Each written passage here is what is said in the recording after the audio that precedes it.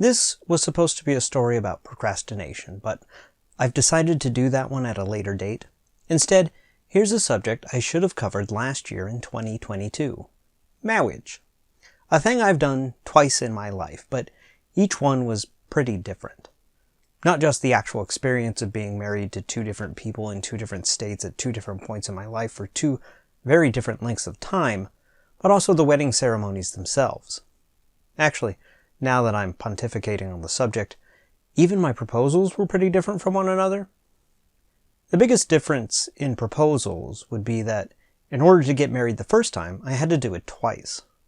I proposed to my first wife, whom I'll refer to as Amber because that's her name, about 2 years into our relationship. The same year that I graduated high school, moved into my first apartment with her, went on unemployment for the first time, and 9/11 happened. I got the engagement ring from Walmart, took her to the local park, and proposed to her on the bridge over the little creek that runs through it.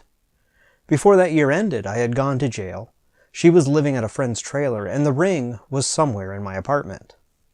A couple of months later, we were living together again, and I'm pretty sure my second proposal was something like sitting on the couch together and just agreeing that we were engaged again. Meanwhile, 5 years into the future, on April Fool's Day, I was living in Michigan with a wonderful woman named Sarah, who was at work that evening.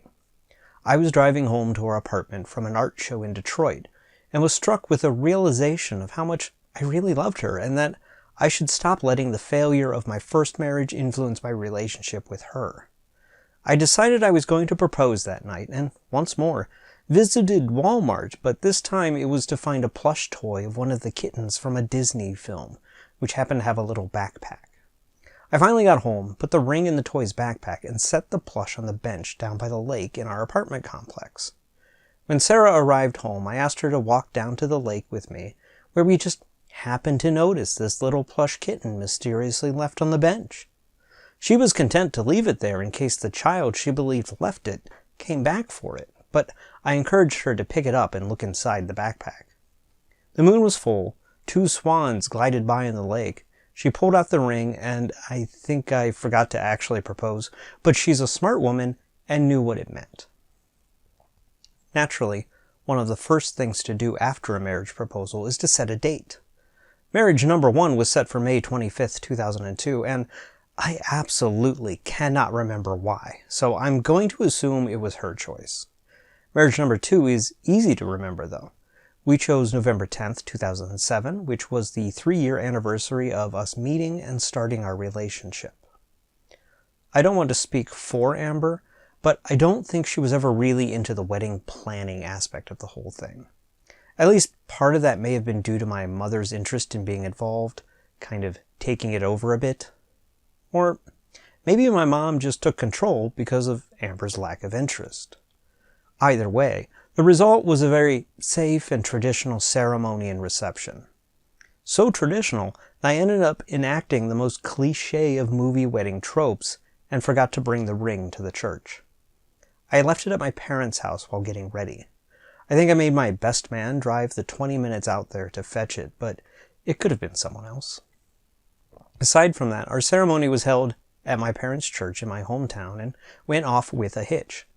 In order to incorporate Amber's family as well, the reception was held at the home of one of her family members, which was maybe 30 or 45 minutes away. My parents chose to rent us a limo to take us from the church to the reception, which was nice, except the limo was not present when the ceremony finished.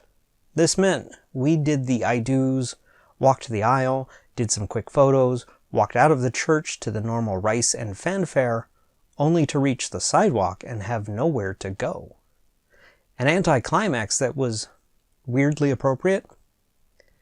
In order to pass the time, I grabbed a couple of folding chairs and set them in the parking spot reserved for our ride, and we sat there, pretending to have a nice time in our imaginary luxury vehicle. Another apt metaphor in hindsight. 5 years later, when it came time to plan our wedding, Sarah and I agreed we didn't want a church or something traditional. We wanted something at least somewhat unique to us. We settled on doing it at the Detroit Zoo, where they have an event space in the Butterfly Building, with a reception at a nearby Italian restaurant. We had my sister come visit us and do our engagement photos at the zoo, but afterwards we had some extra time, so we decided to do some more photos at the Roseland Park Cemetery 2 miles north of the zoo. While wandering the grounds, we peeked into the very large and historic mausoleum there and noticed it happened to have a large central aisle with a carpet and altar for funeral-related ceremonies. When we got home, we were talking about it and realized we'd both had the same idea, that we should have our wedding there at the mausoleum. It was far more interesting a space and would have to be cheaper. So we contacted the cemetery, and very much to our surprise, they were okay with the idea. Finding a person who was ordained to perform a non-religious ceremony was a little harder. I ended up getting in contact with a ghost hunter I had met a year earlier on a film shoot, and she agreed to do our ceremony and allowed us to tweak the vows to our liking as well. Thankfully, all of our family lived in Ohio, so when we said we wanted a minimal audience of just immediate family, most were willing to accommodate in order to avoid the 3-hour drive. Unfortunately, the cemetery forgot to communicate our planned event to their staff, and so nobody had turned on the heat in the anticipation of our arrival, and since we finished the ceremony after hours, the gates ended up getting locked with us inside. I had to call the manager, who then had to call the groundskeeper while we all sat in our cars inside the cemetery grounds, waiting to be let out. With both weddings, the receptions were fairly uneventful. The highlight of my first wedding's reception was my friends taking me out for dinner at some Applebee's type restaurant while my new wife stayed with her family. On the second go-round, after leaving the cemetery, our wedding party traveled a couple of blocks down the road to a different Italian restaurant than we'd originally planned, and got seated in what we expected would be a private room but ended up being a separate but still public space. Which would have been fine, but unbeknownst to Sarah and I, there's some asinine tradition that if everybody clinks their forks on their glasses, the newly married couple has to kiss for everyone's amusement.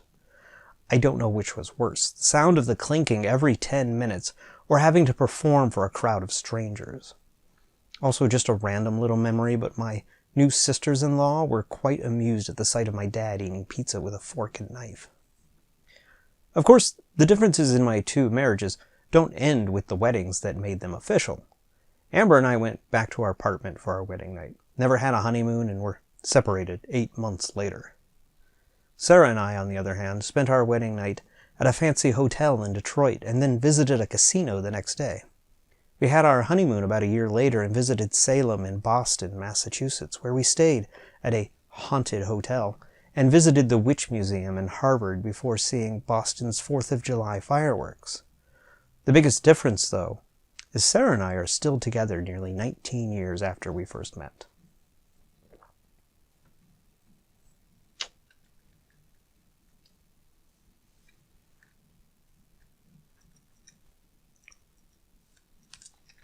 Whatever.